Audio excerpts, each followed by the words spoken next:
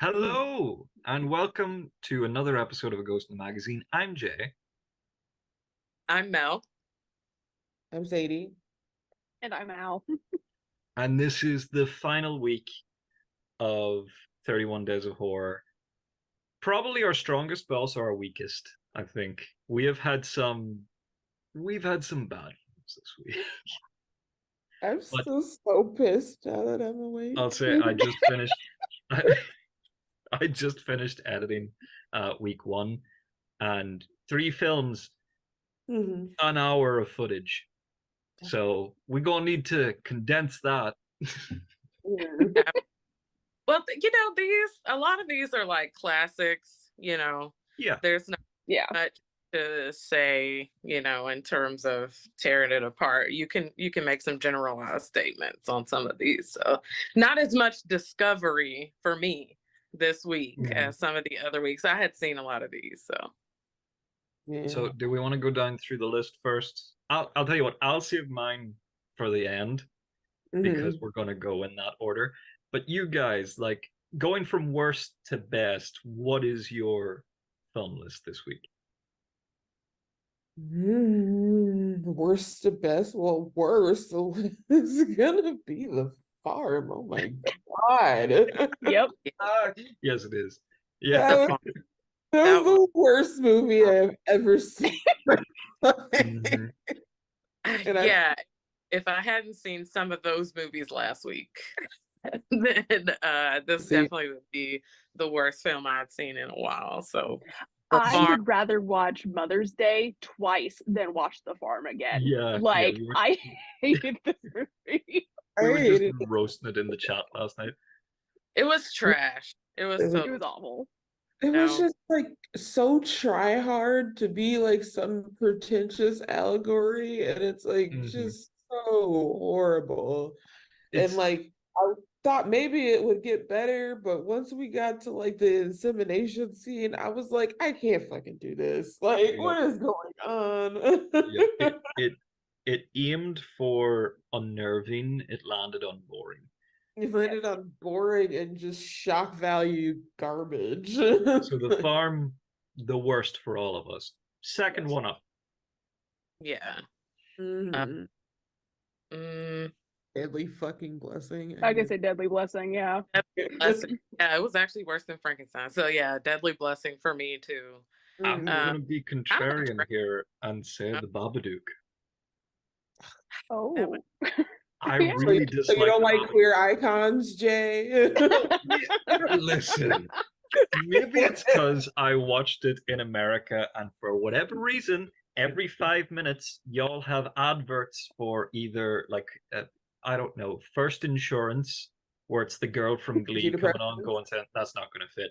And there's no transition, it just goes straight into it. So I'm like, she may as well be in the fucking Babadook at this stage. Yes. Welcome to capitalism at its height, hun. I Yeah. love being an adult. It's not toys anymore. It's like, hey, I'm on that antidepressant. They have commercials. Like, Right. And then there was a stool softener commercial in the middle of it with a dance sequence, and I'm like, this is what the Babadook is. yeah, well, I know Babadook had some interesting sound effects though that could have been scary with a little bit, less Edward Scissorhands scenes, and something actually scary. I actually thought the screeching was kind of scary. If she had pulled back those blankets and seen something actually scary, then that might have made me feel differently. But Deadly Blessing was slow, a little boring. And you know what? I'm not like super big on ultra conservative Christian cults, but even I was like, wow, just let them do what they're doing out there, I guess. They went way out the country for a reason. So it just felt long. It felt so Yes. long. It was. And there was a It lot was really happening. Wrap this up in Yeah. way less time. There's so many characters and so much happening and not a lot happening at the same time. And I'm and still confused now that I'm really done with the movie. But like, raise your hand if you guessed who did it in the very beginning and was right. Yeah, exactly. So You're on Number a 5. farm and there's a weird girl. Oh, it's the weird girl. Right. It's always the weird girl. Number 5 for me is Deadly Blessing because the Babadook was just boring to me. What is your number 5? Mine's Jeepers Creepers, but I have a strong hatred for Justin Long. We will talk about that. We'll talk about that in time. Number 5 for me would be The Curse of Frankenstein, but that's probably just because like I'm just over Frankenstein. I'm over it. I feel think like it's gonna be, except for the setting and the aesthetic of Frankenstein, which I was like, ooh, I would buy that robe on Etsy like today. So, that part I really enjoyed of like watching it again. But yeah, it was kind of boring for that reason. And if you live in the modern day and age, you've heard Frankenstein reiterated a lot of different times. So yeah, so many different movies and stories. Yeah. I'm a little bit more Rocky Horror when it comes to my Frankenstein interpretation. So yeah, I love Rocky Horror. That's better. Right. Instead so it's of the for legend 5. Christopher Lee. But this was the better villains of Victor Frankenstein, honestly. You were like, this dude, I mean, he is like a eugenicist. So well, yeah, that's the real villain right there, eugenics. The casting in that film was fantastic in that the young kid they got to play Victor actually looked like Peter Cushing. Yeah, I thought the casting was pretty good and the acting was good. It just, was a little throwback to have too much fun with it right now. I suppose it was a mixed bag of different eras and genres of horror at this stage. Yeah. 4 for me is Jeepers Creepers. I would agree, only because I have Jeepers Creepers trauma, because I watched that movie when I was way too young to be fucking watching that movie. So I was initially very terrified of it. So when it was on the list and I was like, oh, can I rewatch this? I'll do it. It's fine. But like, so I'm overcome. But like the whole premise, it scares the shit out of me. And then you throw in all the like crazy history with it. Don't get me wrong. I love Justin Long. He's a horror boy, all that stuff. But it drives me crazy because it's really just another trope of like, don't get out of the fucking car. Just fucking drive. Just go somewhere else. And there was such a weird energy between Justin Long and the sister throughout this film. It's like, I don't buy you two as brother and sister. I buy you two as like wanting to get in each other's pants. That's what I was saying. Like that whole dynamic, the first, like when I watched it again, I was like, are these two, like, are they doing it? Like they're supposed to be siblings, but something here is like a little too, it reminds me of that Folgers commercial where they're supposed to be brother and sister, but it's giving off like incesty vibes. And I'm like, I don't like this. That's right. What was your number 4? For me, it's Babadook. Yeah, I actually Creepers a little bit. So yeah, but Babadook is down there. Just was dumb. I hate to. I don't know. I'm with you. Seems like a lot of ways out of it, and if there are ways, it's not that scary. Horror kind of has the same premise as action, and a lot of other script writing is put your characters in a bad situation and then make it worse, not put them in a bad situation and then make it unplausible. Yeah. The Babadook give me a lot of Smile vibes, Sadie. It's like it's like that sort of muted color tone they have throughout it. Yeah. I feel like that's what it tried to be and kind of missed the mark on that. Even though Smile came out way afterwards, so like maybe Smile like built on it, but I just can't get with the Babadook because it is such a goofy looking fucking monster that I'm like, I'm not afraid of this thing. This is okay. I can see why a kid might be, but me, I'm like, get out. Like, what are you talking about? And it didn't hurt. Like, it technically did not hurt anybody. Like, she murdered the dog. I mean, which was totally egregious in my opinion. They could have just it was obvious she wanted to hurt the dog. The dog could have got away, but It Yeah. was so it was feel one of like those yippy dogs though, and like I would, you know what? If I was possessed, I would do the same thing. I don't Um, know. White ladies love their little crusty yippy dogs, so my sister has one. He's out the back My barking right neighbors now. have one, and I hate it. What's your number 4? I don't know. I really didn't like any of them. Probably well, I don't know. What movies haven't I saw? Because I didn't see Frankenstein, so I'm less one number You than can you take all are. Frankenstein back. Yeah. So this would be your Um, number 3 then. my number 3, so probably The Mist. It was too long. Mhm. It's just too. It was too long, and the main character was so boring. Just I have a reason for this, but we'll get to it. ugh. So number 3 for me is The Curse of Frankenstein, Sadie. number 3 for me is The Mist, honestly. The Mist. 2. Just I feel like it went on long. You could have wrapped it up. I feel like they could have upped it and made it a little creepier, but like once you figured out what was going on, it's kind of like okay, Mel. cool.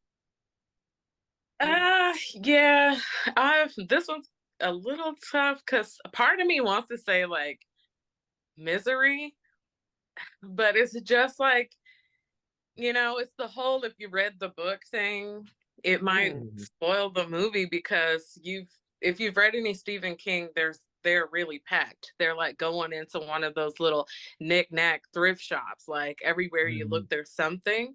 So so Misery was a little straightforward in that way, whereas The Mist, I felt like that was pretty much the gist of it. And I like a monster that nobody expects. So I think I'm gonna have to go with The Mist here. I still like Jeepers Creepers, y'all. Okay. So Okay.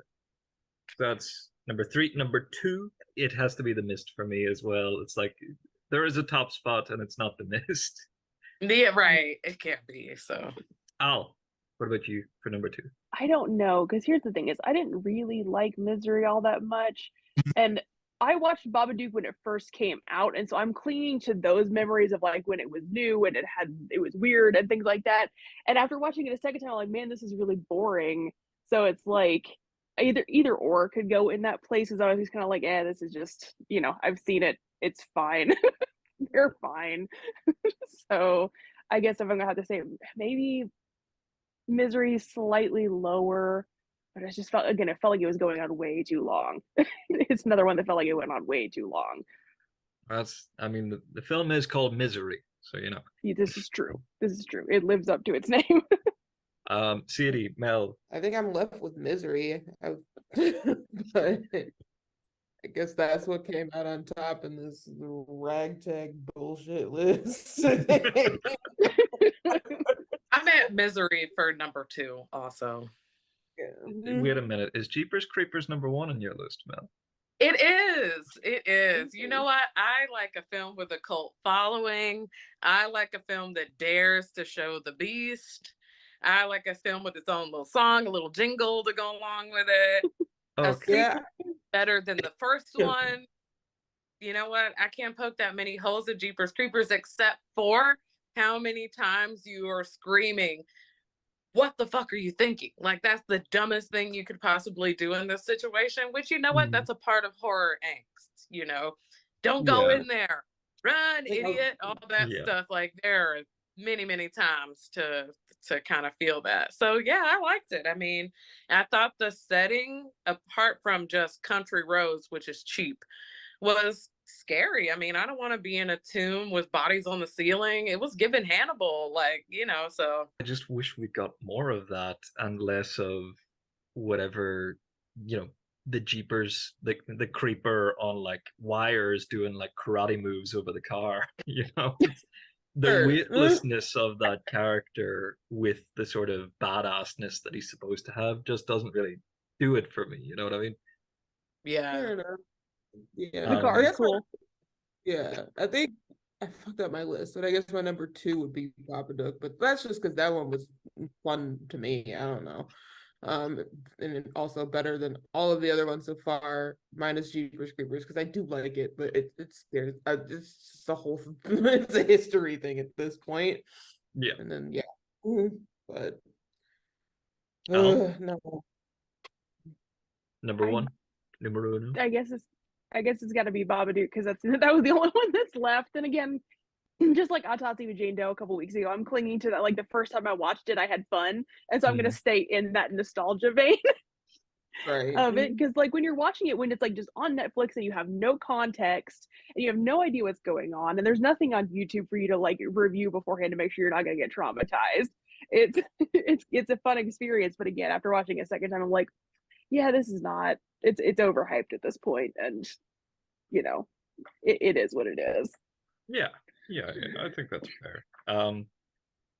Top of my list is just Stephen King. It goes Misery, then Mist. Yeah. Misery But- ends up one for me too. So. We're gonna talk about the shittest of the shit first, which is The Farm. Tried so hard to be like creepy and like, oh, they eat people out here. Number one, what was with the shitty women at the start? The shitty old women at the start for no reason. They're just there to be shitty. The one with the broken down That's car and the one in the America. diner that's like, you're not gonna fucking eat anything. It's like, what's wrong with these people? America. America. That's pretty Yeah. normal. Yeah, that's some regular ass behavior on a Tuesday when she's like, I didn't ask for your help. I'm like, you know what? You're right. You did. Yeah. I'm gonna get back in my fucking car. Yeah, I did not look at that. Like I met my grandma, rest in peace. So yeah, I was just like, oh yeah, that makes sense. Make it unsettling immediately. And really, I was just like, these people have no reason to be this fucking rude to these people. Like, what is going on? And they made Yeah. like 3 stops before they get to like the main meat, to use a bad word, the main meat of the film, and it's just not there. It's just not. It's a lot of lingering shots for no reason. And a lot of idiots getting in and out of cars for no reason. Not Like they true. get in and out of that car so many times, and then he's like, "I'm tired. It's broad ass daylight outside." Mhm. Well, they're Like, like, let on her a, drive. driving home to wherever they live, and like, don't get me wrong, I feel like this also played on that like trope that pisses me off so much, where the wife is like clearly like something's off, we should do something else, and the husband's like, no, it's fine, we're fine. Clearly, you're not. Have you been paying attention to any of the people you have met? They're fucking weird, and she's not wrong. You keep calling her rude, but she's right. Like, what person who owns a motel walks you to your room and then comes in the room to have a whole fucking conversation with you? Get out. Like, That's just Yeah. how people in Arizona act. No, I'm joking. Yeah, it's just like, It's why a not let bad her movie. drive? Like it's Right. it's so bad. This is the only one in this entire month I turned off at 40 minutes and I did not finish. I hate this movie. I I saw did, it through, and but it's I a shit painted while ending. I watched it. I was Yeah, like, you didn't "What's miss gonna be anything my ending. Mhm. Because they set this all up like they are trying to put lore behind it. Like people come Mhm. there to have meals of cannibals, bullshit. But they don't expand upon it. Yeah, they The don't guy explain that shit. owns the cabin, they clearly just hired him like for his looks, put it that way, because his acting is subpar. No, it's And bad. at that stage, it's like this is discrimination against, this is ableism, because the guy, I don't think that's a prosthetic. I'm gonna put it that way. Right, there's that, and then there's the gas station attendant or whatever that guy was too, who's supposed to be Punished, and then 5 minutes later, it's like, no, he's fine. He's gonna stick with me today. It's like, what the fuck?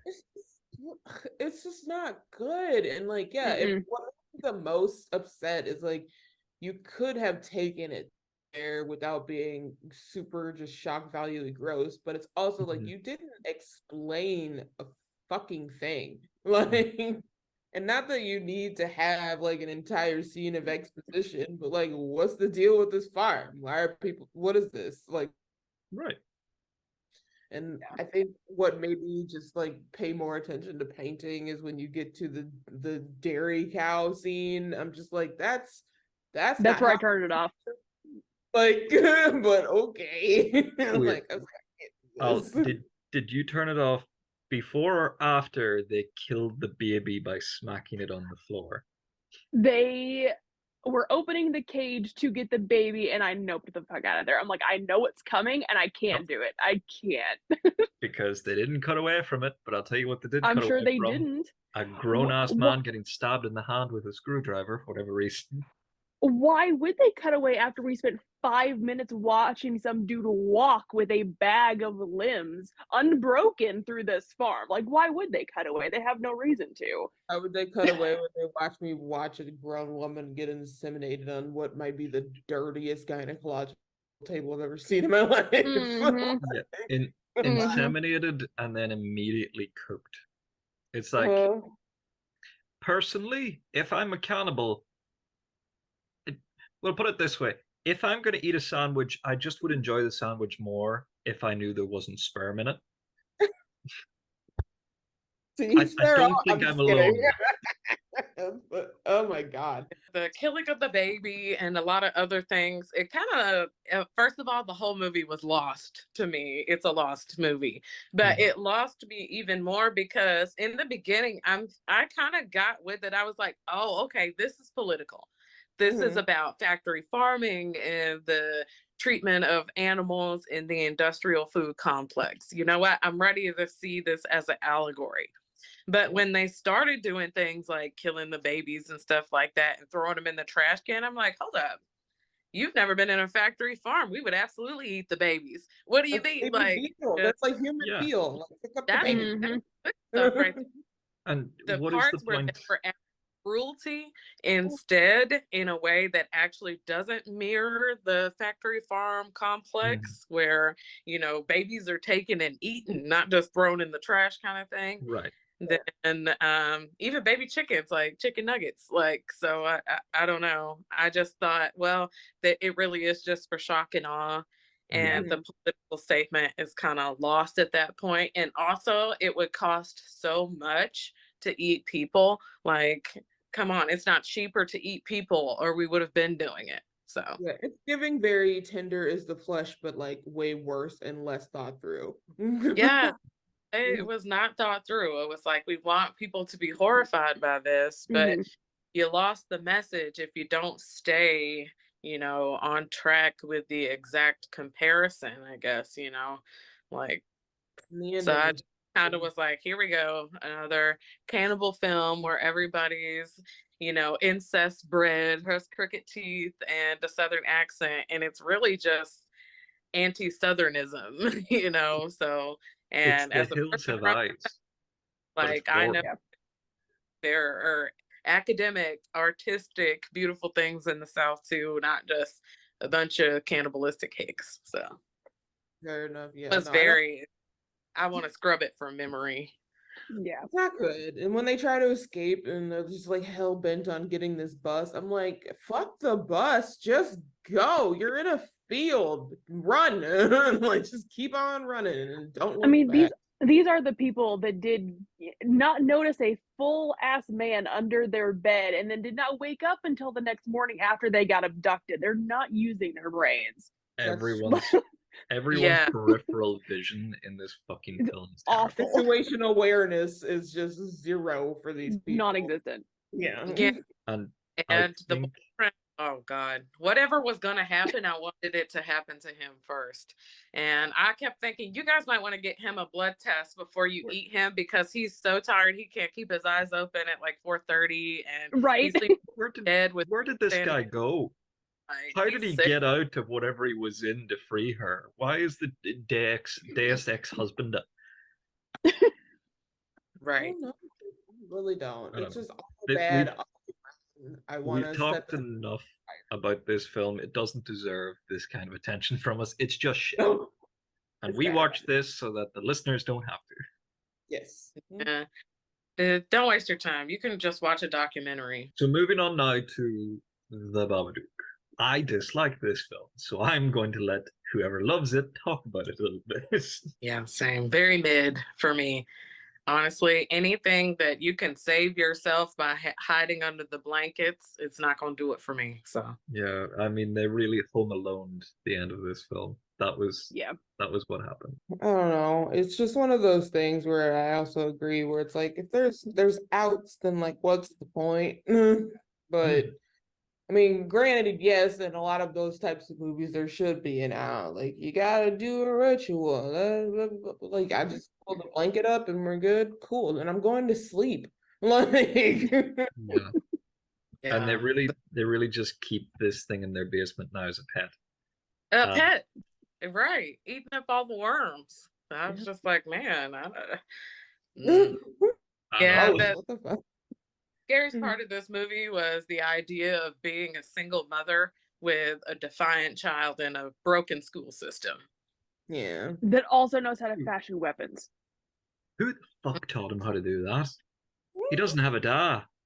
Public Not that his mother couldn't teach him that, but she seems really against it. So why? How did he learn this stuff? Did he go? You say did he in public school? I don't. Well, it's Australia, so I don't know if it's as bad there. Well, if it's Australia, then that's just the knowledge they're born with. Because like that entire country's trying to kill you, so you need to know. Really, not all of them are from there, especially not the white ones. Fair enough, yeah. But good lord, it's just no, it's silly to me. It's silly. It's a silly little movie with a silly little guy that I'm just supposed to be afraid of, but I'm not. Yeah, it reminds me a lot of, it's in the same vein as like Possum that we watched a while ago, where it's more about the, you know, the allegory for the mental health than it is about the horror. And if you look at it from that aspect, it's like, okay, it did what it wanted to, but if you're wanting to like make something scary, the Babadook's not it. No. Like his design is not super all that intimidating. I mean, the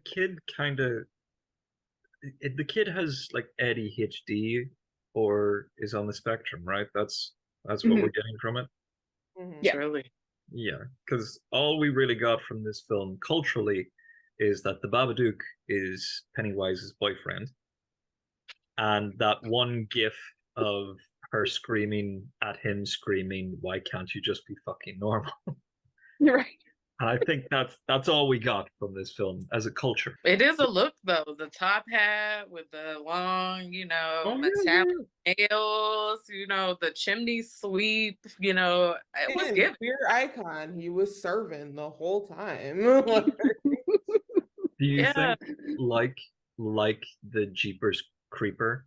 Do you think like the Creeper, he just sort of like takes on clothes from some period in time, like this entity existed before the 1800s, whenever they had top hats and long coats? Because I can't imagine the Creeper being an aboriginal creature. I think the Babadook, from what I had heard when I was like watching like deep dives of it, is that he's supposed to be reminiscent of a cockroach. And so that's why he's got the coat, because it's supposed to be like the wings and like the casing, and because he skitters in the darkness, and no matter how much you try to get rid of him, he won't go away. So that's kind of like the allegory for like. Okay. I just remembered the skittering scene, and I was like, oh my god, I can't take this creature seriously. Yeah. It's when the big bad, I mean, sure, if you have a big bad that's supposed to be like slinky and like it can sneak into places, firstly, get Doug Jones. Secondly, if you're going with that, go with that. Don't make them like this big imposing creature and then have them move like they're light as a feather. That's not good character design at all. That is actually terrifying, that part. It's like he's too big to be moving like that. So exactly, that just sped up the camera. Right. Yeah. He's about as threatening as the nun. Like, he's tall, imposing, and he moves way too quick for his size, and that's about all the more he does. At least the nun actually kills people. I mean, he had every opportunity. She was crawling on the floor. Okay, just kill me. And nothing happened. And later on, she was like, I guess I'll just scream back because nothing's going to happen. So I fully expected when the lady came to the door, the old lady, I fully expected her to like kill her. I was like, get her. And she didn't. Yeah. I mean, the Babadook did have that lady from Glee in it. So that was that. Sorry, I watched this in America. The ads, it just went straight on to it.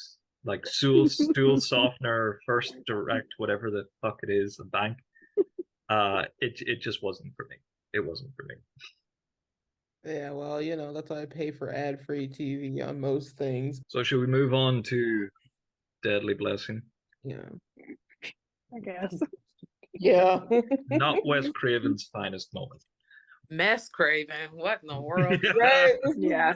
I was like, when I first saw the sequence, and I was like, oh, Wes Craven. Okay, so this can't be that bad. And I was like, this is awful. This is so bad. I don't like it at all. I don't like this movie. Where it lost me was the barn scene with that one chick who's just the weird friend, but it's like she girl, it's a Lana? spider. Will you Lana. just go?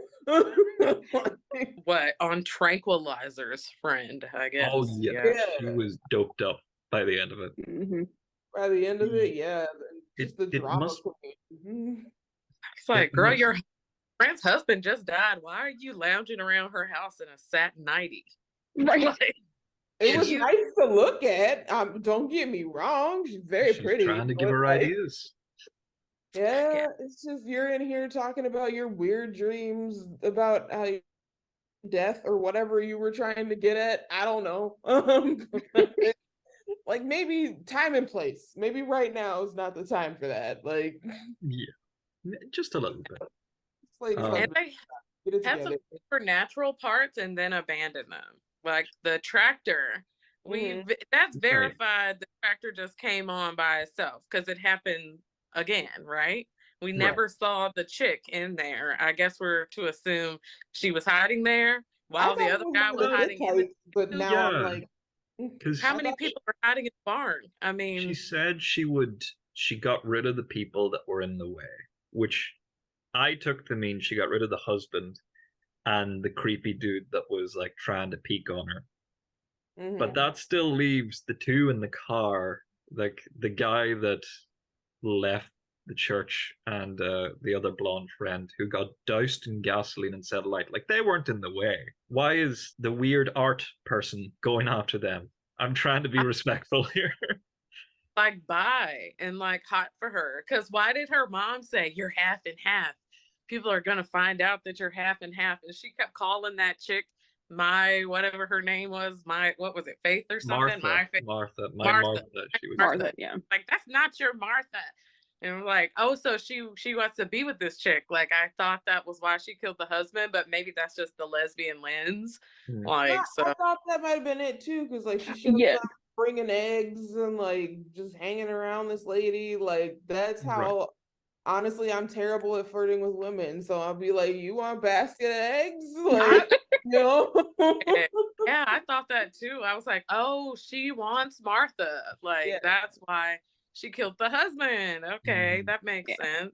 But It was But she disappears for so long that you even forget she's a thing until you come back to the end of the movie, and there's so many characters. I had such a hard time keeping up with who was who and who was even the main character. Like I'm like, is it the girl who owns the barn? Are we supposed to be paying attention to her or the one who's trying to bang the church kid? Like what's the dead like- guy's brother with the curly blonde hair.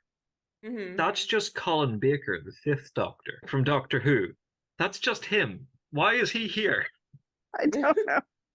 I feel like It's it lost it's itself so 'cause there- strange. Yeah, too many elements. Like you have the Yeah. religious cult, but the religious cult ain't really up to much other than just being a religious cult. So they didn't have anything to do with what was going on. But Except the girl that comes up at the end and kills the art person. there's Yeah, that. But that's the it. cousin that he was supposed to marry. Let me Yeah. say, Ugh. you over red herringed this movie to the point where I was just like, I don't care. I'm like, Yeah. I Yeah. just don't. You start thinking about the writer. You're like, ooh, somebody's got some church hurt. Ooh, maybe cheated on by a bi girl. Right? It's just I'm- like I one. realized that they were like, we have to make it a different sect because we can't make the Amish people look like creepy and bad. And then I was like, what Amish person is gonna fucking watch this film? No Amish Right. person. No one's gonna sue you. Right. Um, Not at least the ex ones that leave, but they'll probably be like, that's about right. I don't know. Yeah, for real. It must be in Craven's contract that there has to be a bathtub scene with like something coming up between a girl's legs. It was Sitting in that Freddy's tub, claw, like- and it was this. The way she's sitting in that tub, I'm like, girl, your knees ain't cold. Like that's not how Right? That was my thought. I was like, nobody sits like that. right. I don't sit like that. That's a lot. Oh god. And the And then fact she that the comes back- bathtub water stayed warm for that long, that's another thing. It's like that does not happen. That bathtub water gets cold in like 5 minutes. There's no way that steam is still coming off of that. What pissed me off is like she has the towel over her face. She hears someone come in and she doesn't immediately take the towel off her face. That's what I No. would do. Why are She you just- just like, it's okay? She just assumes one of her friends is coming in when it's already a stressful time, keeping silent, and going to do his shit while she's in the bath. Right. Yeah. I would take my towel off my face and be like, what the fuck's going on? But that's just the paranoid in me. I'm not gonna like sit there and act like who's in my bathroom? You see me in here, right? You'd be like, light a candle, please. Right. Jesus, that made me mad. And it's just like, yeah, now we're focused on like, yeah, the friend who wants to bang the Hittite kid or whatever. It's just like, Yeah. That one guy who was like, I'm sorry, I can't be nice anymore. I'm so horny. Like, who chased that down in the field, Oh, runs away from him, and it's his cousin. I'm like, please, your cousin alone. I mean, jeez. And then she had to go stabbing people. I felt bad for the Melissa chick the whole time. yeah. Like, man, first your cousin in the field, and now this. Who is going out in the country looking for Amish boys to take out in the? I mean, I guess somebody, but like, she couldn't keep it together for like the time it took her friend to grieve, and her friend was not really grieving. Her friend was like, "Well, he's dead." Guess I'll Yeah, keep she seemed pretty fine. going. Like, no, I'm getting the hell out of here. Like, the only reason we were here is because that was his family and he didn't want to like move fire. He's dead. I'm going back to where my friends are trying to take me. I'm not hanging out. Like, it's got a slightly similar premise, that setup of like two friends come to comfort someone whose husband has just died. That's just P.S. I love you. yeah, fair enough. Yeah. For the We blood said- milk scene, I was like, who took the time to come in here and replace this lady's carton of milk with blood? Because that's just some involvement with me that I'm petty, but that's too much. Or the scarecrow. Yeah, that Yeah. too. You didn't hear someone in there setting up this fucking trap? Like, what is the situational awareness around this house? It's garbage. So bad. Almost Well, as I bad mean- as the eyesight of the people from the farm. I mean, this is also the same brain cells that didn't get out of the car that someone was stabbing and setting on fire and running instead of sitting there trying to like press on the gas for 10 minutes. You could have gotten out of Oh, the and then- car. Car that started perfectly fine doesn't know how to start anymore. Right. You know, it's like, okay.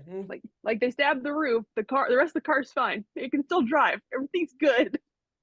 She From- just resigned herself to using poor John as a fucking shield. I'm like, this poor boy. I mean, if she can't, she can't fuck him. May as well use him as a human shield. I mean, men have two uses. Sex From- and Men have to use. Thanks, Sadie. A good, sex and human shield. You know what? I'm not going to argue with that. That is the truth. From one folk horror film with shitty police and cars that don't work to another, let's talk about Jeepers Creepers. This could have been classic folk horror, I think. It could have been. It could have spawned like so many other things like Texas Chainsaw Massacre did. Mhm. Immediately it gets aged by the inclusion of Justin Long. I'm sorry, but this is a 2000s movie. This is like a 2002 movie almost because he's in it. Scary scarecrow, I get it, but at the same time, it's just like, stay in the car. Like, stop touching stuff. I guess it's one of those things that I feel like if it was made around the time of like the Nightmare on Elm Streets, where it was kind of like that schlocky, folky type of horror in a remote setting, it probably would have done a lot better. But it was we were heading into that age of like Saw And so it feels a little like the two genres that they're trying to go for don't really feel like they fit, because it feels like it's trying to still hit with that like haha funny slasher moments type of thing and be creepy, and it doesn't come across as creepy. It comes across like an 80s slasher with a, you know, cheesy villain, and it just doesn't feel like it was in the right time, because again, you have Justin Long in the 2000s, and it's like it's almost like if you took like Friday the 13th and put it with the cast of Final Destination in it. Is the vibe that I was getting from this movie. Okay. And it's just like it felt odd. It felt disjointed to me anyway, and I just hate Justin Long. Like, I know you're meant to hate him and everything he's in, but like there's a point where it's like, oh, you're an annoying character to the point of like, I want to murder your face. And Justin Long's in that category of, I want to murder your face. So I didn't like it. Mel, you love this film. I wouldn't say loved it, but I like it. I think it's solid. And I think it kind of, what you were saying, it, in my opinion, was a little bit successful at kind of making a little bit of a cult franchise sort of vibe. There's what, 3 of them? Yeah. And they were all about the same level of solid for me. Although I liked the second one better because of one scene where he's running alongside the school bus. That was pretty scary. But this one for me, it's not super scary, but it has a lot of anxiety because there's a lot of stuff you wouldn't do, you know? Well, road rage situations are kind of anxious making to me. So the idea that someone's going to run you off the road in a remote setting is kind of scary. But I like the bad guy, you know? I feel like I agreed that this movie is on the cusp of when bad guys went from, you know, producers and directors trying really hard to get a guy in a suit to work, you know, to moving on to things like CGI. So this is the guy in a suit trying to work as a monster, you know. So we're talking rigged wires and cables and stunt doubles, that kind of stuff. I like it. It feels like a lot of effort to me, you know, especially the scene where he's like jumping over the car and doing his somersaults and stuff like that. I kind of like that there is a physical body there versus a computer generated scene for something you can't do, you know. I like that.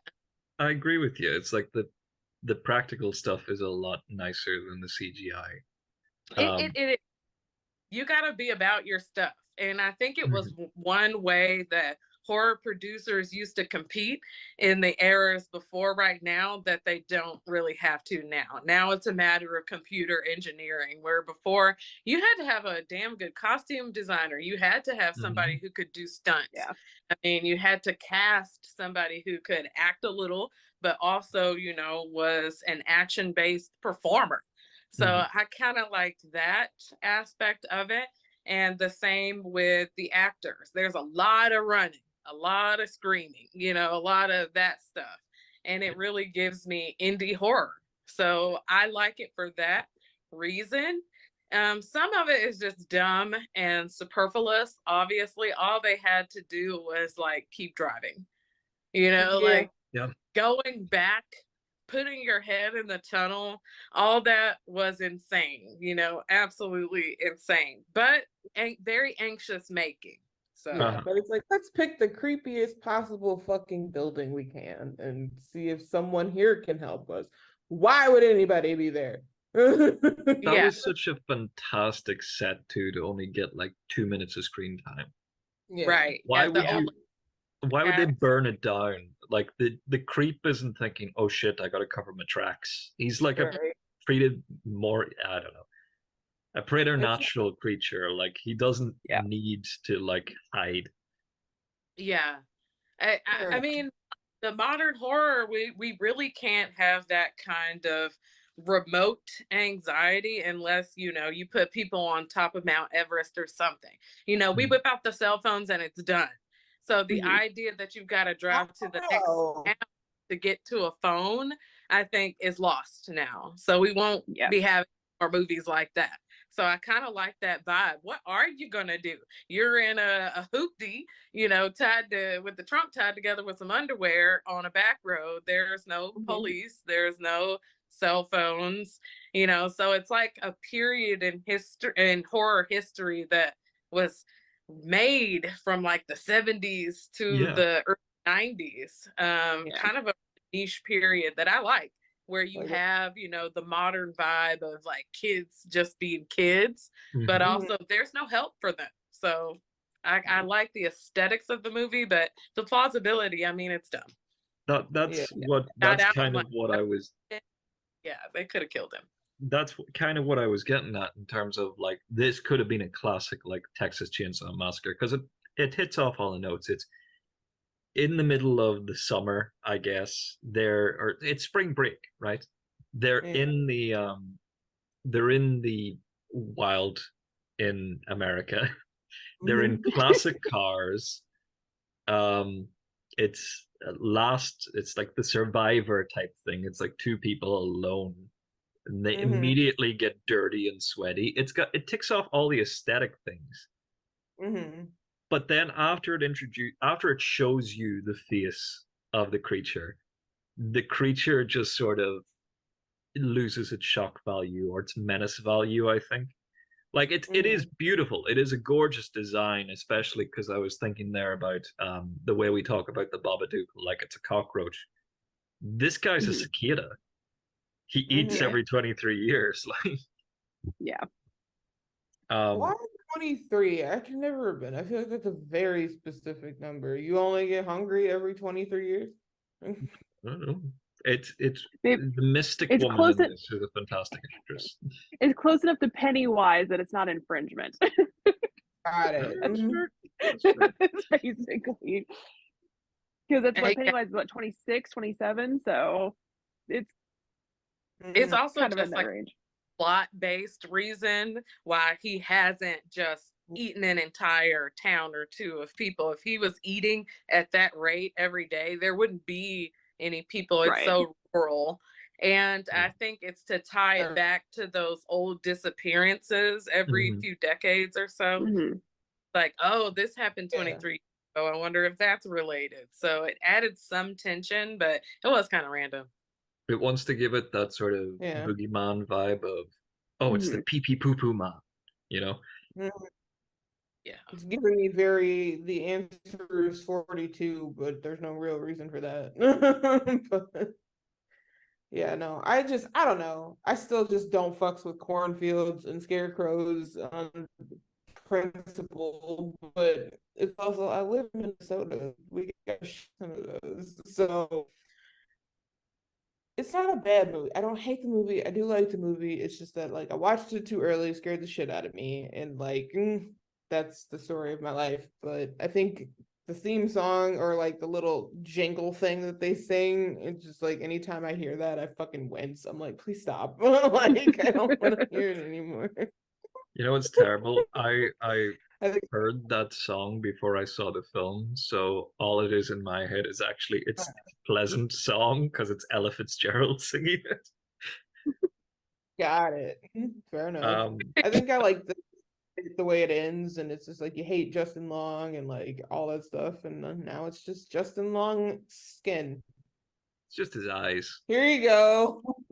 Yeah. The eyes make it to the sequel. The rest of them doesn't. No. The bubblegum machine tattoo, I think, makes it to the sequel. Oh, does it? Lovely. Oh, God. Oh, no. Speaking of cringy tattoos, I know a fellow who has a tattoo across his arse that just says 100% Irish beef. Okay. Okay, some red flags all around. We're talking about Frankenstein, and it's just me and you because no one else could access it because it was free on YouTube. It was fun, I think. Ireland supremacy. Yeah, Irish supremacy. That's all we're going to say. Just waiting for the rugby this week, and we'll see what happens. I don't really follow the rugby all that much, but it's going to be on my eyes. I know it. We beat South Africa, which are... Hell yeah. world champions. Anyway, I'd like to hear that. Indeed. So Curse of Frankenstein. Curse of Frankenstein. What did ye make of it? I thought for an adaptation, because I've read and watched plenty of adaptations of Frankenstein. I have the original right here, and I brushed up on it. You can't really see because my background. So you read a wee bit. My head disappeared. Yeah. I brushed up on it a bit beforehand, but I've read that many adaptations, I guess, that I couldn't remember the original all as well as I thought I could. But as far as like following it, they do have sort of the same cast of characters. One thing that I noticed is that the guy Paul, like well, I think he was supposed to replace Henry Clerval, which is Victor's friend. Yeah. Basically, it's the same thing. Gets generally horrified by the fact that Victor's like a mad bastard man. He's a mad bastard. This part's He's a mad bastard. This part's gonna be so Northern Irish. Swear to God. I knew this was gonna happen. Same cast of characters. The monster movie makeup. It's hard to be as iconic as Boris Karloff's version, isn't it? Like they tried with like the black overcoat and the black turtleneck, but yeah. I will say that as far as casting goes and like characterization for Victor, they were pretty spot on. He's just kind of an arrogant asshole because he's a dick. Yeah. I think his first line in the movie is like he's telling the priest, he asked the priest to come there, and when the priest was like, "Oh, do you want me to bless you?" He goes, "Keep your spiritual stuff to yourself. Keep it for those who need it." And I was like, "Oh, yep, this is pretty accurate." This is Victor. Yeah, he's given Grand Moff Tarkin, but that's just because Peter Cushing played both. He just went, "My tale of woe," and I was like, "Oh yeah, this drama queen's starting now. Great." So I actually thought that worked kind of well in terms of structuring, because the book is written from the perspective, in letters, from the perspective of someone who's been told Victor's story by Victor. Yeah, it was on a boat, and then Victor just appeared, and they just took him on the boat, and then he was writing letters to his sister about what this guy was telling him. As far as structural, that is, as you said, very similar.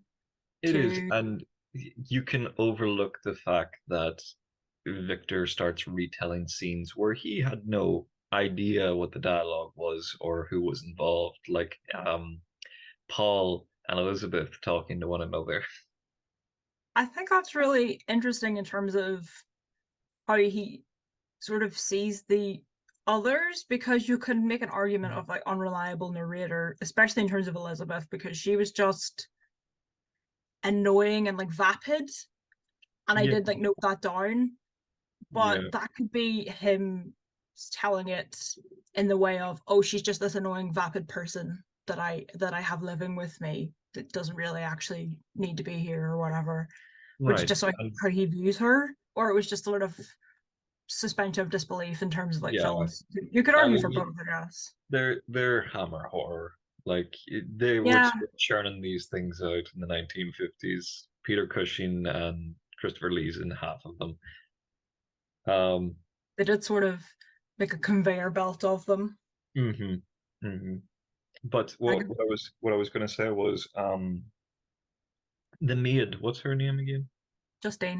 Justine, right. If we are making the case of this is just an unreliable narrator, Victor doesn't have to make himself out to be such an asshole to her. And honestly, he probably doesn't think he was being an asshole. He probably thought he was being reasonable. Right, just backing her into a corner to kill her. Yeah, he probably thought he was justified in that, honestly. Yeah. I half expected him to take Henry's brain instead of the professor's when it got smashed. I absolutely was like, oh, Paul's going to get his head cut off and put on this creature. I absolutely 100% wrote that down and everything. I was like, oh, he's dead. He's dead. And when he didn't, I was actually kind of disappointed. Yeah, because that's the excuse they give for the creature. Like, being homicidal almost immediately is like its last memory is Victor killing it and then having like chunks of glass removed from its brain. It would piss anyone off. You fucked up a perfectly good corpse is what he did. Look at it. He has anxiety. Yeah. He'd do well in Belfast, I think. If you put a pint in his hand, you could convince everybody that he's just out seeing the rugby. So this movie, good, bad? Do you think it's better or worse than Misery? Misery, as in Kathy Stephen King. Bates. Yeah. Kathy Bates? Oh, nothing beats that. Okay, good, because Kathy Bates is at the Misery is at the top of my list this week. Everyone Absolutely else has at the disagreed top. with me. I would say between Misery, it's when compared to Misery, not good. But in terms of adaptations, because maybe it's because I've seen and read so many bad ones. Yeah. I quite liked it. It was entertaining enough. The characters, apart from like the women characters who were quite annoying and ill fleshed out, which is standard. Yeah. I quite liked it. I mean, Paul at one point was supposed to be this there when he looked the same as when Victor was a kid and when he was an adult. They just give him a beard. The casting for that was fantastic, though. Like the guy that plays young Peter Cushing. Oh, that was really good. On point. It was giving me on point. It was giving me Timothy sort of Chalamet sort of vibes. I was going, that's he did sort of look like him. Come on. He does. Can't remember what it was. I think it's from Only Fools and Horses, but there's a description of it of a young teenage character, and it's like what young Spotty there. And that's exactly what I thought of this character. It's like he still has spots. He shouldn't be allowed to talk this big. He just sort of was an asshole off the bat when he was a kid as well. Mm-hmm.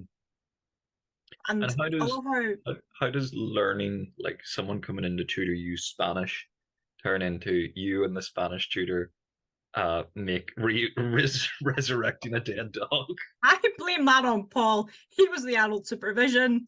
What the fuck went wrong there? Come on, Paul. You had one job. Teach this kid Spanish. And look at him now. He's reanimating corpses. Do better, Paul. Do better. I think no. I think that's purely Victor's fault. Victor started this. He did, but Paul was just like, oh, he's just a kid. He can't do anything until he's like, oh no shit, he's an adult and now he's robbing bodies. That awkward moment when you're babysitting a kid and then the kid turns out to be a grave robber. You know what I mean? Yeah. Why did Paul Why was he so obsessed with religion? Like he was like, it's evil. There's only evil that can come of this. And I was like, what the fuck are you on about? You're not a science. Yeah, that's a very good point. He was a scientist. It's like, sure, yeah, say that this is unethical, maybe something like that, but evil? Yeah. It did get very religious for him. I don't only notice that now, actually, now that you've pointed that out. He did get very sort of holier than thou. And I was like, Paul, come on, you're complicit in this too. Yeah. You were there when he robbed the grave. Yeah. I mean, in fairness to him, he didn't kill the maid. No. But technically neither did Victor. It was the creature, if that's what we're calling him. Yeah, the creature killed 3 people. And the creature was sort the of old man, the wee boy, and the maid. Yeah. The blind person's actually in the book as well. Mm-hmm. But he is. And I think the wee boy is as well, isn't he? He's supposed to be the maid's Victor's brother. No, it's Victor's younger brother. He gets killed, but the maid was responsible for looking after him, then gets framed for his murder because of a necklace or something. Oh, maybe I remember the book better than I thought. The blind man keeps having conversations with the monster because the monster can speak properly and doesn't just grunt and shuffle around. Yeah, and the blind man has no idea. He learns it from listening to the blind man talk to his family, like living in the walls. And then he comes in and Oh yeah, he lives in the walls. and he's learned English from that. And the old man like gives him a Bible or something, and he no Paradise Lost. Back to like Paul not noticing when he was robbing the grave. The only reason I think that he figured out that, oh, this is a little bit fucked up is because Victor just like cut the corpse's head off. Yeah, With, by the way, the smallest knife I've ever seen. smallest knife, and immediately drops it in acid. Like, this is a surprise to let it help us later. Either Victor was hench, or that was absolute total bullshit. Because how you cut a head off with that small a knife? He was hench. He was just thump, thump, thump. Just fucking lifting Victorian dumbbells. He's like, you know those things they used to have in art classes, the guillotine, to like chop paper. Yeah. He was going at it with that. A paper slicer, I think they're called. Yeah. Yeah. Good film. Good film. Would rewatch. Good film. Good film. Paul was talked into grave robbing way too easily. Yeah. Well, it wasn't technically grave robbing. He just took down a corpse. It's like asking someone to take down Christmas decorations with you. It's not great. It's not fun, but you'll do it. I don't think I would take down someone's Christmas decorations. Argument could be made for me going to get a corpse. Depends on the situation. Yeah. We gotta watch Molly. You don't know what you're talking about? No, not at all. The Mist. Where I am right now. The supermarket. And Mel has one of the pretty beasties. So I read the book in preparation for this. There are some changes, but I understand why they made the changes, except for one of them. Norton, who is Captain Holt from Brooklyn Nine-Nine, is originally white in the book. Changing his race for the film, I think they didn't think this through, because it changes a lot of like what he says to the other characters about being an outsider and being like taken advantage of by Hicks. It changes it a lot, because whenever I originally read the book, I was like, the fucking caucasity of this dick. But it makes it such a messy allegory now for race relations in America. And I don't think they intended that, but that's what came up to me whenever I was watching. Stephen King books are really white. They rarely have characters of color that aren't extremely stereotyped or archetyped. So, and it typically is Black people or Indigenous people. There is a lot of Indigenous stereotyping in Stephen King books. I mean, so for me, I kind of was in the same vein, that they made it a racial division until the Black guy was dead. Then it was a religious division. And I get that that's a part of the narrative, that it's about human nature and what people do in desperate situations, and they immediately divide typically. But I just thought, it was tactless, because it upheld the stereotypes that Black men are aggressive and dumb and litigious and punitive. And so I didn't love that either. They could have picked any other male. Well, I think Ollie is the best character. Dobby. He is the best character in this film, objectively. And in the book, I think. I really enjoyed his character. Would have been so much better if his race was changed.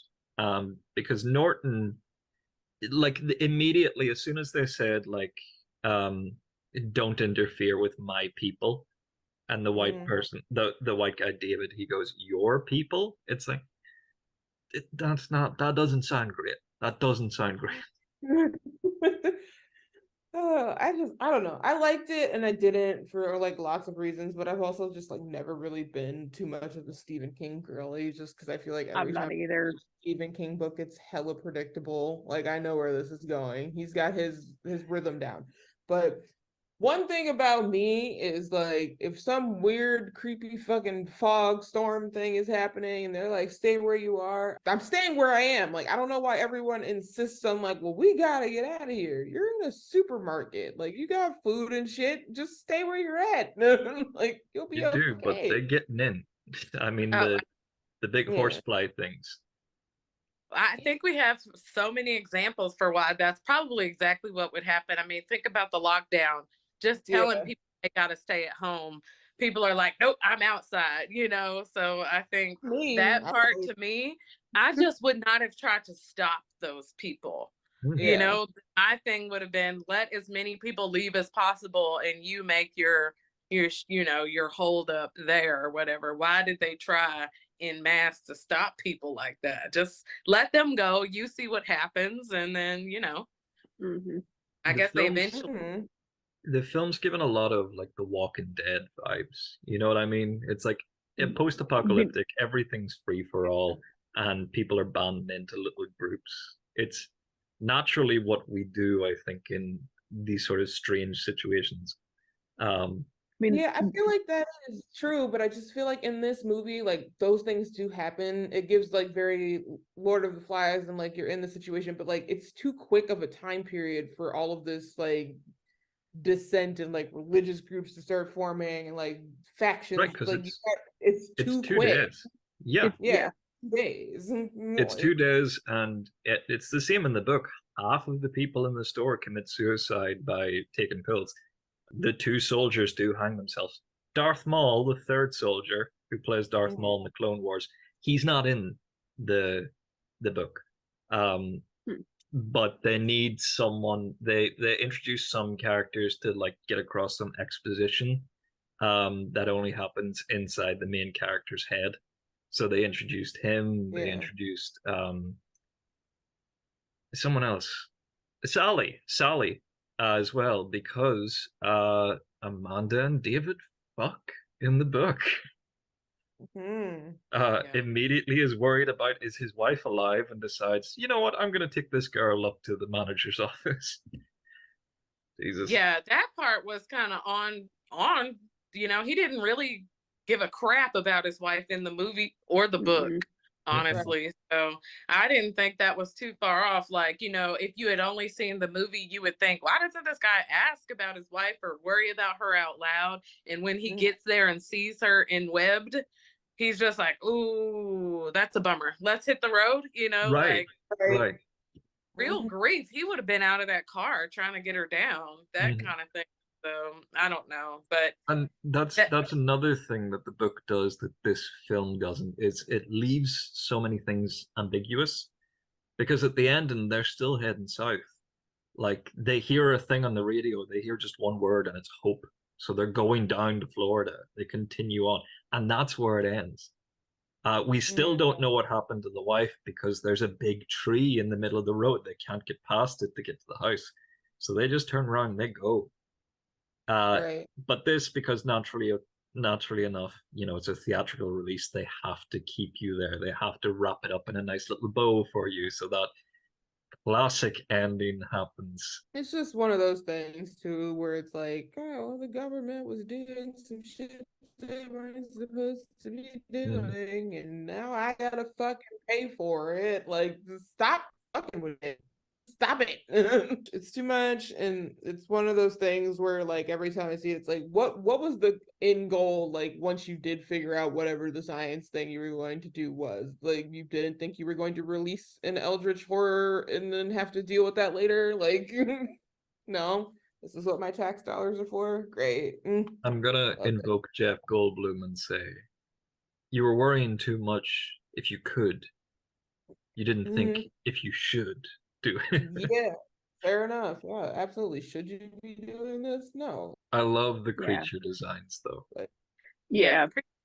Like the giant elephant thing. That was very cool. Yeah. And the CGI for the most part was good, except cool for the tentacles, I think. For the time, you know. Yeah. And they did have like an actual like model, I think, of the tentacle whenever they poke it with the stick and it starts going wild. It's when it starts to turn to black goo that I'm like, okay, this is bullshit.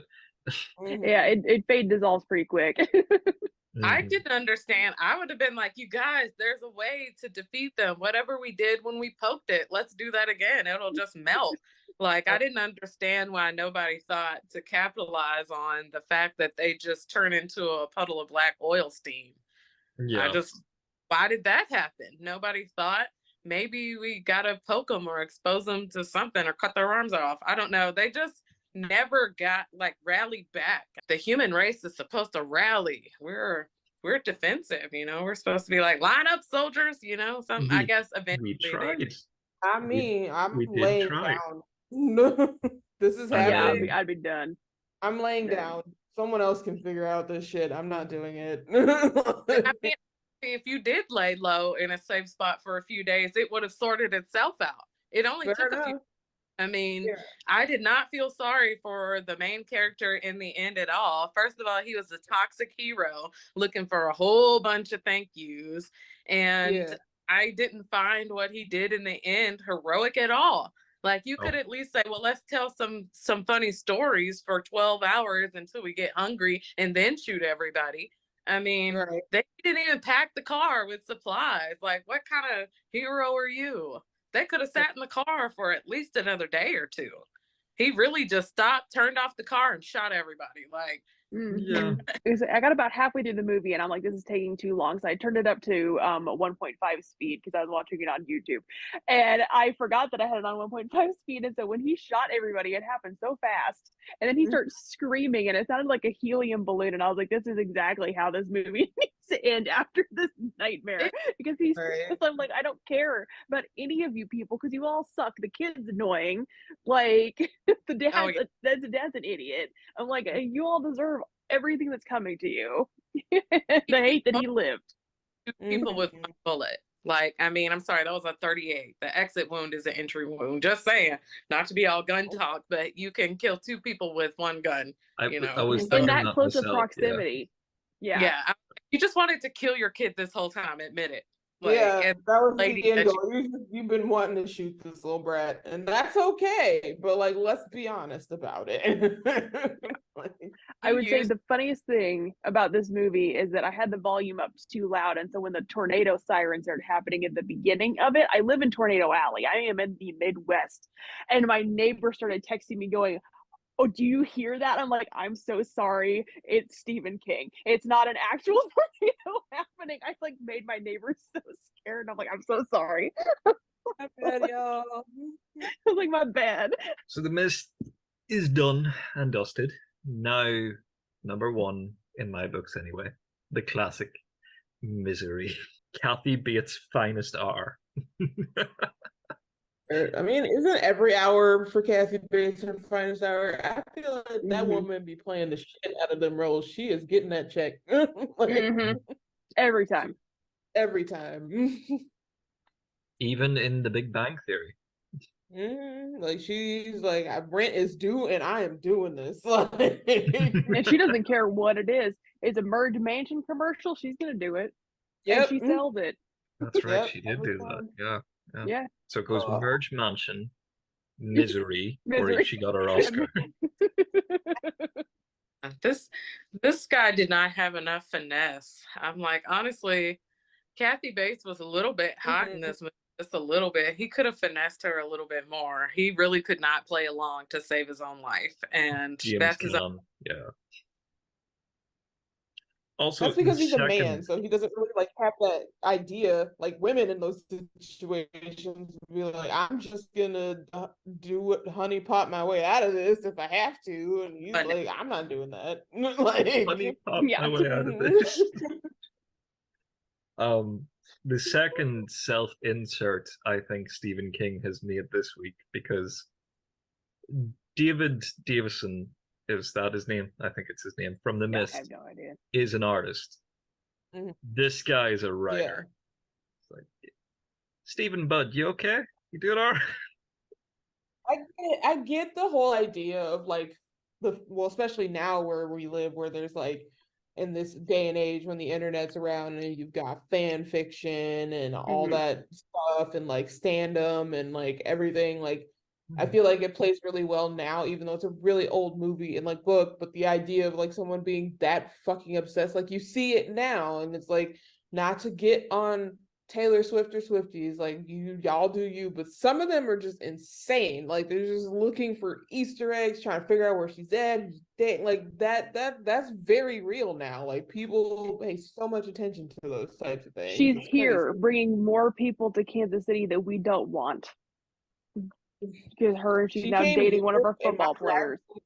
Like, yeah, she came here, and my drive home from work, I was like, I fucking hate this. It was a nightmare. That was the day of my car accident, was because people weren't paying attention because of Taylor Swift. Fair enough. I think it's so it really, yeah, sits with me in that way, where it's like, yeah, there's that point where like people become just obsessed. I don't know. I've been obsessed about things, and I do scan people, but like I'm not kidnapping some poor writer, like, you know. And people are so just because I want a different ending. Addicted to IPs now. I mean, look at the success of the fucking Harry Potter franchise, if you need anything for that.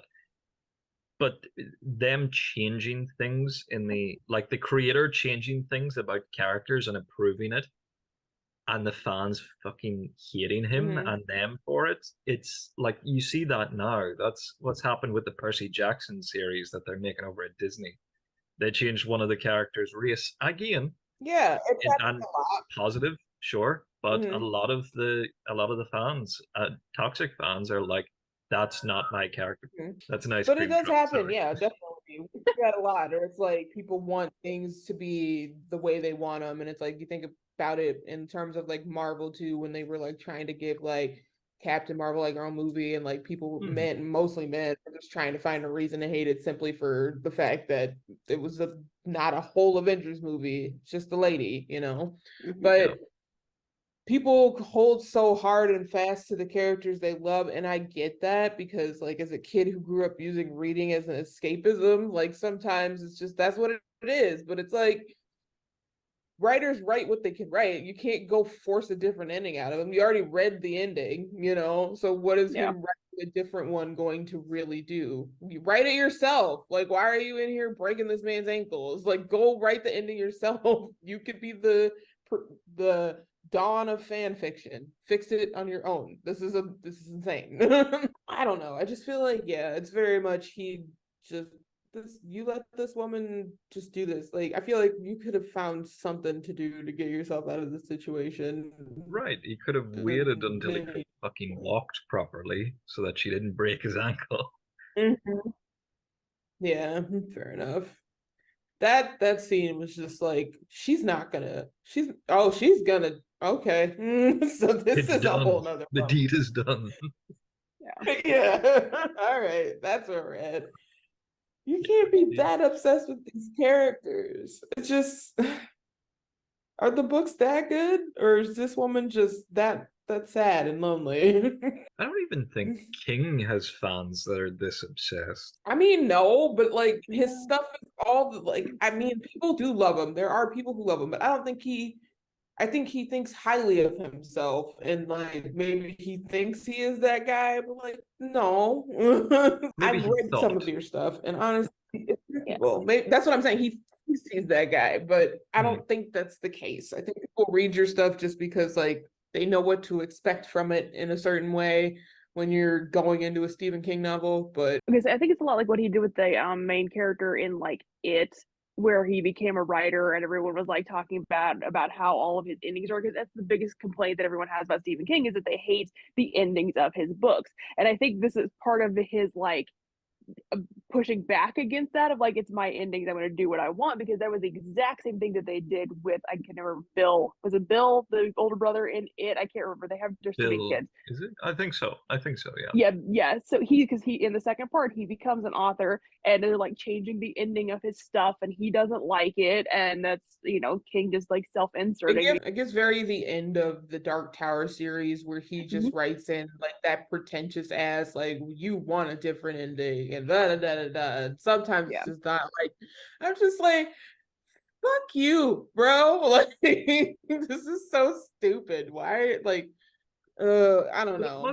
It must be frustrating as well to be like that well thought of as an artist, but to have everyone come up and say, well, I hate your fucking endings every time. It's like you would give up over a certain amount of time instead of continuing Yeah, to but it's write kind these of like the massive taboo. books. It's like the taboo of don't reply to bad reviews. Mhm. Don't write an entire book series and then make the end calling out all the people begging you for different endings. And then make an entire other book, I guess, about people not liking the ending or whatever. So I guess that's par for the course. Just whatever. Or maybe just change It's an how okay you write your movie. endings. King's getting it in You the can do neck that, today. you can accept criticism. Yeah, I- here's I Commentary on the like entitlement that people have when they're interacting with writers in particular. One thing about being a writer is everybody under the sun thinks they could do it better, thinks it's easy, think you could do it in your sleep, thinks it's not a Mhm. real skill, that kind of stuff. So that I like to, like, as a writer, like I feel that everybody Yeah. thinks, well, I would have ended the poem like this or the story like this, that kind of thing. So that Well, felt very louder real. for the people in the back, please. yes. Yeah, but at the same time, I thought the main character combating this with his own entitlement and arrogance was a good play on the construct, but kind of frustrating too. So Because that final scene when the woman comes up to him in the restaurant and says, "I'm your biggest fan," he doesn't flinch. Like, he takes it on the chin, like, "Oh yes, yes, you are. I deserve this." It's not like he has learned anything from this journey. Right. yeah, I think it's just funny to me too, because it's like, yeah, he's super full of himself. And I mean, like, there are those writers out there, but like all the writers I know are just like, when someone's like, yeah, this is amazing, we're just like, okay. You're right. Like, thanks, I can't- guess. See, Like, you can at us, you know that, don't you? yeah, it's all of us, but like for sure. Or like when I finish a painting and everyone's like got questions and it's like, this is so amazing. I'm like, I literally fucking hate this. Like, what are you talking about? I don't like it at all. But thank you. I'm gonna do something different since it's the last week and since Elle and Steph aren't here to stop me. Which has been your favorite character this week from any of the films? It can be bad guy, good guy, whatever. it's gonna have to be Kathy Bates' character for me. I mean, Yeah. stuck That's to what I it, solid, beginning to end, psychopathic, crazy fan. Mhm. Never know what she's gonna do. Actually terrifying, a real physical threat. Yeah, so it's gonna be her for me.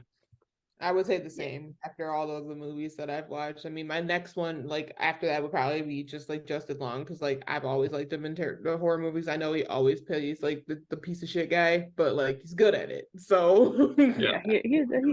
I was half paying attention to the mist. I was in the middle of a Tetris tournament on my Switch. And so I don't remember anybody's names, but is it Ollie Ollie, yeah, Ollie's He my was favorite great. as well. Ollie, He was I'm telling you what, great. he is Dobby the house elf. He's the Dream Lord in Doctor Who. Among other things, he's in a lot of things. But his performance in this was surprising. Like, he was, Yeah. that is exactly what I pictured that character to be like from reading the book. A lot of Walking Dead people in that, like actual people from The Walking Dead in that movie. Yeah. And I was sitting there watching, I was like, oh, I know you. I know you too. Yeah. But all it did Oh was my make me wanna God. watch The Walking Dead. I almost forgot. Norm, the kid, the bag boy that gets killed in the mist. It's the fucking Shermanator from American Pie. He deserved it. He Yeah. did. You know what? Jim deserved it as well. The guy that survives at the end. You know, the praise Jesus boy. Mm-hmm. Oh yeah. This An is interesting the week. end of 31 Days of Horror, and we ended with Kathy Bates, which I think is very fitting. You can Yeah, find this podcast on the interwebs at ghostinthemagazine.site.